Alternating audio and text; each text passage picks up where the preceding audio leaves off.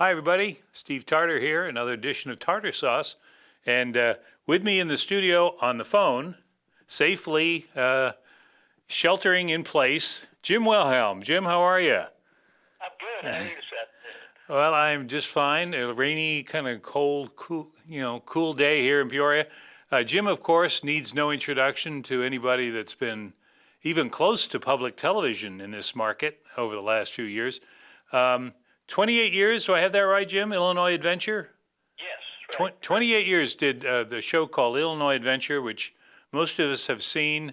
And we're going to get into that next week with Jim. We're going to bring Jim back and talk about, since everybody is, kind of I don't say venturing out yet, because that may be premature. Some communities are, but not everybody. But if all goes well, and, people, aren't sick and all that, it might be good to know places in Illinois where you can go and enjoy something, maybe something fairly close by that you've never explored before. That's what we're going to talk about with Jim next week. Because, Jim, you after 28 years of touring the state and finding all these historical and sort of important places, you must have quite a scrapbook. I'm forgetting most of it. Well, that's all right. What you forget, most of us need. You were there. Remember when you did that? And I said, I don't remember. Too many of them. Well, that's true. We were in over almost 500 sites in that 28 years. Well, we're not going to get to all 500 in a 120-minute show, but we'll pick out a few and let you do the rest. Right.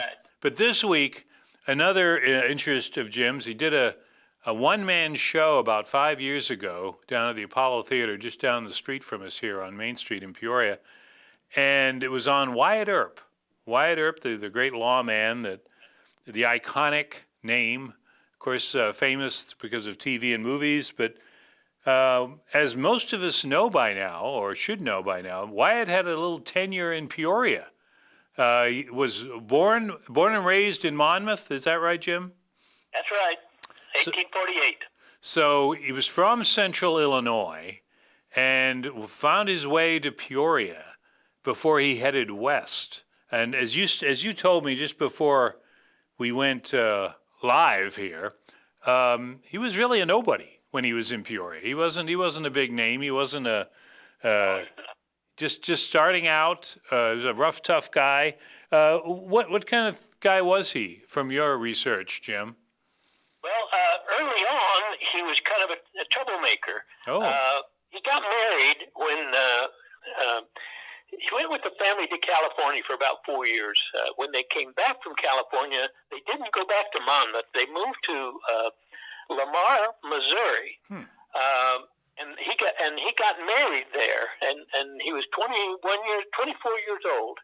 22 years old, I'm sorry. He got married, and his wife died in the first year after they were married. And then he had a year when he was just kind of went crazy. He was called himself a buffalo hunter, and he worked as a surveyor on the construction of the Continental Railroad. And there was about a kind of a lost junior. People don't know whether to believe that or not. They don't quite know what to believe, but he disappeared for about a year. And then he showed up in Beardstown, Illinois, first of all, and kind of that was his first brush with Peoria. Oh, in Hoopstown? Beardstown. Oh, okay. And what did he do there? That was in 1869, and he got in trouble there. He asked what it was like. That was his first brush with Illinois, and he was there's a gambling boat down there called the Beardstown Gunboat. Oh yeah. And he was spending time on that.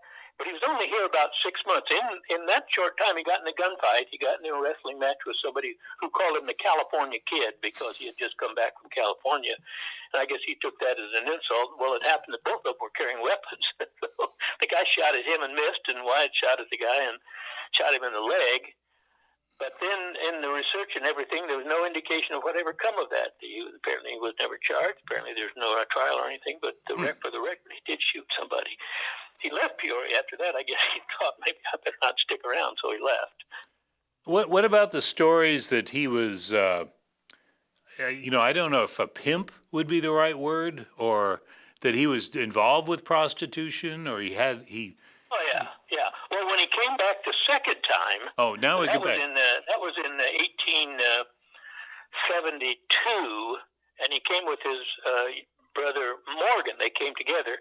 When he came in '69, he was with his older brother Virgil, who was still here attending bar. He stayed when Wyatt left, but then he came back in 1872 with his younger brother Morgan, and they were in the first month in town. They got arrested for being in a house of prostitution. They were arrested for being patrons of the bordello, and the place was raided, and it was located in what was then called the red light district, but which was down on the river edge, down sort of at the foot of Main Street. That was called the red light district, and they got all the barge traffic from the boats coming up and down the river. The train yards were down there, boarding houses, cheap transit houses. It's all commercial travelers, and where you get that kind of situation, you get prostitution and gambling and all that. So they got arrested, and he claimed that he was not a patron of the house at all, that he was just there because the person who owned the house was a good friend of what he called his friend, but who called Wyatt her husband. He never accepted that. But it turned out, unfortunately, that friend who just happened to be the keeper of the bordello where he was staying. Oh. So she got, the lawyers got one of the prostitutes who had actually serviced them the night before to testify in court that they were indeed patrons, not just visiting there. So they each paid a fine of $20. So, Oh, boy. and that was, like I said, they'd been in town 1 month when that happened. My goodness. Well, and that's the beginning of this illustrious. We're talking about Wyatt Earp, who spent time in Central Illinois and in the area and just down the street here, apparently, back, well, this was 1870s, right, Jim? 1872, yeah. 72. There was a year that he spent most of that year in Peoria. And then, of course, we know, how did you deal with it in your program? Did you have him move on? Did you follow him chronologically, because he went to different places after that out west, correct? Yeah, I took him through his whole life, even to his later years. He died in 1926. But for our program here today, I thought that there was so much material there, we would just stick to right, to Peoria. And that he always, when you ask what kind of a guy he was, I guess he was like most of us in that anything that was slightly shadowy or slightly questionable, he always interpreted it in the best possible light, which I suppose we would all do, And when I did that program for him, I was impersonating him. So I didn't say Wyatt Earp, I said I in the first person, Mm-hmm. So, for example, the woman that may or may not have been his wife, he said that he brought her to Peoria with him. Well, there's no evidence at all that that's true. They think it's not true. That he may have met her down in Beardstown in 1869 when she was only 15 years old. And then when he came back in 1872, he took up with her again. And that's who he was with in his first arrest there in February. So he tried to whitewash his misdeeds as much as he could. Yeah, and I guess it's been said, if you're as he wound up being a lawman, and I guess you can go further with that, because it seems like he was always, sort of crossing that line sometimes. And many times he was both at the same time. Yeah. He considered himself a professional gambler. Apparently, he could have made a living as a gambler. He was that good. But he didn't want to have that reputation. So in many of the places he spent time, he would be a gambler and a lawman at the same time. And that was okay, I guess, back in those days. It's amazing how he's been depicted on the film and the TV side, because obviously they're focusing on the later years when he was, or the middle years, really, I guess you could say, because as you know from covering his whole life, he went after Tombstone, he went off to went out west, correct? Oh yeah. He went Further to west. Yeah. Wichita, and then Dodge City, where he really made his reputation. Right. In Dodge City, cleaning up that cow town. You know, the herders could drive those herds up from Texas to meet the trains in Kansas, and when those drovers would come in after being out on the trail for 6 weeks or 2 months, they'd come in, get paid, they would go crazy, and it really took a really strong law force to keep them under control, and he was good at that.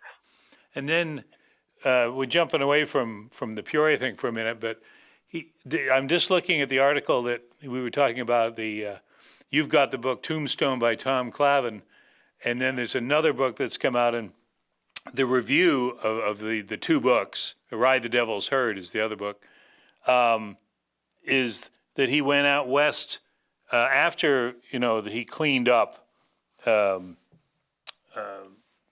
Dodge City.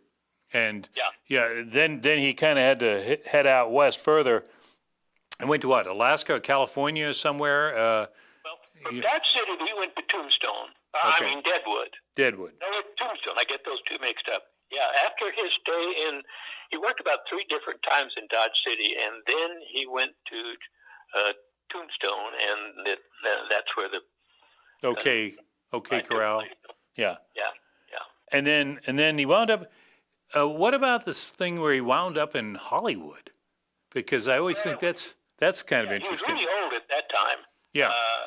That was in later years. In fact, he had never talked about his life much at all. But in his last 5 or 10 years, he really didn't have any money. And there were some people that were trying to publish a book. A couple of people were talking to him, trying to get his story to publish a book. And he, although he had never cooperated much with people and didn't want to talk about his past, suddenly when he needed money, he was willing to talk about it. Mm-hmm. And then he had befriended Tom X and some of the early movie stars who used him as a kind of a resource for trying to establish the reality of what the Old West was like. And they were talking about a movie of his life. And again, he was willing to cooperate on those things where he had not been before simply because he needed the money. He was really pretty much at the mercy of some of his friends who were supporting in the last few years of his life. Well, it's funny that the way it turned out, because as modest or unassuming or whatever word you want to use for him, he pretty well became the best-known cowboy of all time. Through that's the irony of it. through I don't want to talk about myself, but now everyone talks about him, and the name, of course, is resounds. Yeah. But let me go back to Peoria. Sure. The 3 months after that first one we talked about, he got arrested again.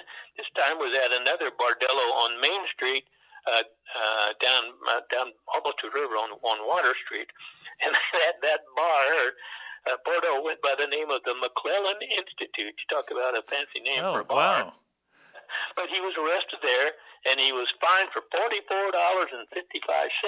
But the paper that carried the story said that was an unusually high fine to pay, because the first one he had only paid a $20 fine. Right. He said more than likely he had been charged in that one with being a pimp as well as being a patron in the bordellos. So they charged him twice as much, $44. Which was a good sum in those days, probably. Of course it was, yeah. And his alibi always was, or his cover, if you want to call it that, was that he was always providing security for these places. And certainly any kind of business that provided liquor and gambling and women needed plenty of security. Sure. And that's one thing the Earps were always good at. So that was always that. If you ask, why were you in there? Why were you in that bordello? Why were you in that bar where the fights took place and whatever? He'd always say because he was working security. Right. That was his cover. And had Peoria developed, because we know that the reputation the town we either was taking on or would take on as sort of an open, a wide open town. I mean, I think that phrase has been often used. Was it getting there then? I mean, because it was a river town and people coming in and off the boats and. Absolutely. Oh, yeah. Yeah. And one of the things that that they mentioned, sort of in some of the people who'd been doing this research thought, looking back in hindsight, maybe they got treated a little rougher than most people. Well, why would that be? And their theory was that because the gambling and the prostitution and so forth was allowed to happen to some extent, as long as it was local citizenry running the businesses. I see. But they were outsiders. They weren't from Peoria, so the feeling was that they kind of got treated pretty rough, more so than some of the people who are doing the same things. Yeah, it's almost like a script that one might see in a cowboy movie where and of course there are always places like Tombstone or Dodge City that are using this, but in the saloon they let so much go, but only the folks that they know, and then these outsiders, they get thrown in the old pokey. So that's sort of where that started.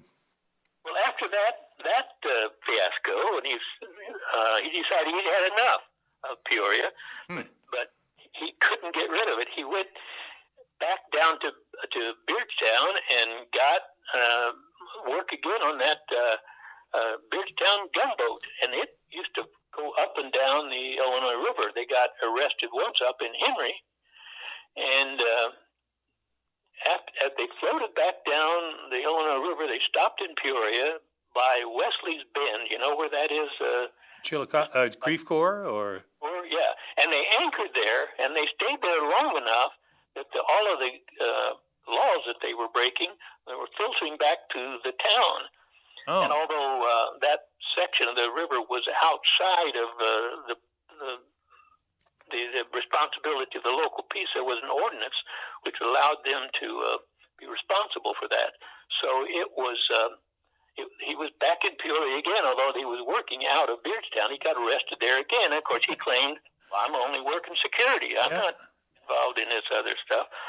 Yeah. So there were two newspapers that I thought it was interesting. Two newspapers covered that story. One of them, which was the maybe you heard of this one, the Peoria Daily National Democrat. You ever heard of that paper? No, I don't think I have.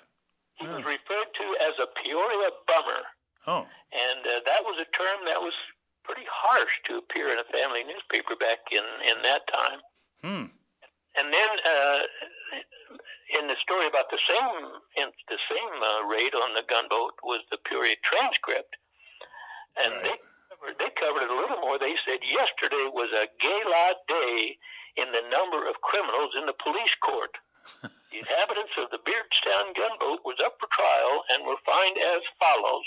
And then the first person they mentioned is Wyatt Earp, an old offender. He again was fined $44.